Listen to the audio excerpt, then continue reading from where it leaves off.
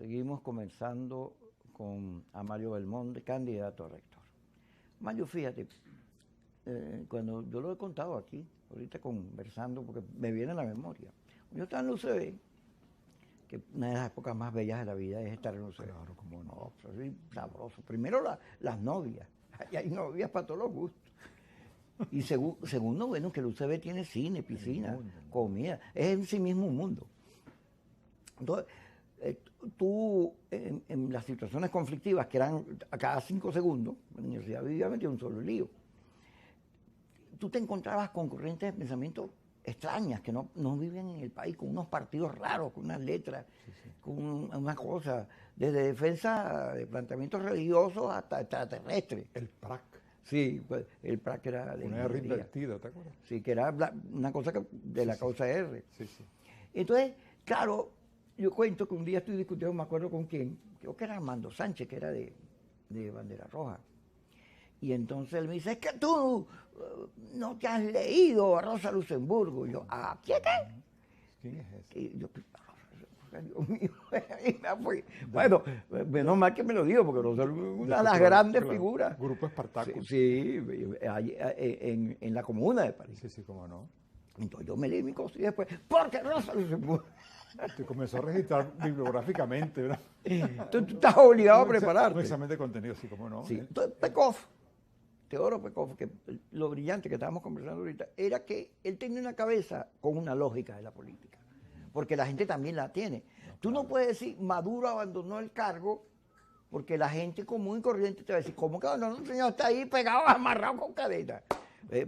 Hay cosas que tú puedes decir, bueno, las puedes decir para que te las crea un auditorio ya religioso, pero la realidad es más fuerte que el odio. Entonces, hay gente que no cambia, y el país, cuando Cecilia llegó y tú, Bianco, bueno, Bianco murió, llegaron al rectorado, a hoy el discurso cambió. Yo me acuerdo que a Cecilia la aplaudían, pero bueno, porque tenía una postura como la que tenía un sector importante del país. Yo no diría la mayoría, pero es un sector importante. Pero además le correspondía el uso de ese papel. No, claro que sí. Pero cambió, todo cambió. Entonces, ¿cómo ves tú la relación con el gobierno? ¿Qué harías tú? Te llamaría, porque cuando Maduro apareció de noche allí para mandar arreglar las cosas, bueno, gente que se molestó.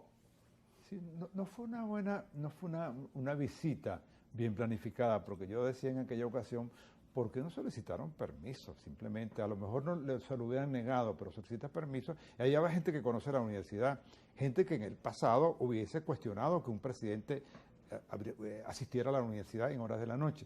Menos mal que eso no trascendió, no pasó de allí. Él trató de designar de manera quizás apresurada una especie de adelantado que no funcionó, porque tampoco eso ha funcionado. Pero en todo caso, para no ir fuera de contexto, las relaciones con el gobierno no son fáciles, pero hay que hablar con el gobierno desde los principios. Y entendiendo, yo ahí discrepo de algunos candidatos que dicen que la universidad tiene que tener una asepsia política, ¿no? Es verdad que somos una institución fundamentalmente académica, pero también política, por lo que tú mencionabas anteriormente. Antecedemos al país y todos los hitos políticos importantes han tenido que ver con la universidad y van a tener que seguir siéndolo así, o la historia continuará así. Ahora, eso no significa que vamos a actuar siempre con una suerte de dogma cerrado, que no nos entendemos con nadie, de un coto amurallado allí. No, todo lo contrario. Este reglamento que rige estas elecciones, que son muy importantes, tuvieron que ser acordadas con el Ministerio de Educación Universitaria. ¿Por qué? Porque es el encargado por la Sala Constitucional para que pueda darle el beneplácito a cualquier reglamento que se pueda constituir para convocar elecciones en esta u otra universidad. Ahora, eso es un antecedente importante porque hay que buscar con el gobierno acuerdos para decirle que tiene una institución que debe ser protegida, que debe ser además apoyada. ¿Por qué? Porque ahí está el know-how, ahí está una masa crítica importante para resolver los problemas del país. Ahora, esa conversación no tiene por qué ser una conversación donde alguien entregue los principios, no está obligado a ello, ni es necesario. Hay disensos que se van a mantener, pero esos disensos no pueden impedir los consensos. Y hay consensos muy importantes, como por ejemplo internacionalizar la UCB, que es uno de nuestros predicamentos. Hacerlo tenemos que contar con la anuencia del gobierno para los organismos multilaterales. Para otras opciones no, con el sector privado no, está bien. Nos hemos reunido, este equipo que represento yo se reunió con Fedecámara para discutir con ellos la Agenda 2035, que es una agenda en la cual ellos dicen que el capital intelectual de la universidad es un valor agregado importante que no se puede prescindir. Hay que hablar con Fedecámaras para ver en qué medida podemos hacer algunos acuerdos que permitan que el conocimiento de la universidad sirva, se transforme en bienes y servicios, y a su vez eso genera recursos para la institución. Igual con el gobierno tiene áreas importantes que las negocia o que las discute o que las conversa con otros agentes internacionales y no con la UCB u otras instituciones. ¿Por qué no decirle al gobierno, aquí tienes unas capacidades importantes que son nacionales con las cuales podemos resolver los problemas del país? Y ese es un diálogo que puede establecerse. Y hay gente en el gobierno que pudiera ser sensible a eso, hay otros que no. Hay gente que piensa que la universidad tiene que ser unidimensional, de una sola concepción, y eso por supuesto no se corresponde con lo que es la esencia de la democracia. En todo caso, conversar con el gobierno no es una mácula en absoluto, tampoco hay que vestirse de rojo para hacerlo. Lo que hay que hacer es desde los principios, desde los objetivos concretos de la institución, decir cómo eso coincide con algunas políticas oficiales y cómo esas políticas oficiales pueden también cambiar en beneficio de la institución y en beneficio del país, que es lo más importante. Por ejemplo, una eventual ley de universidades. ¿Cómo discutirlo en la Asamblea Nacional sino entenderse con las universidades?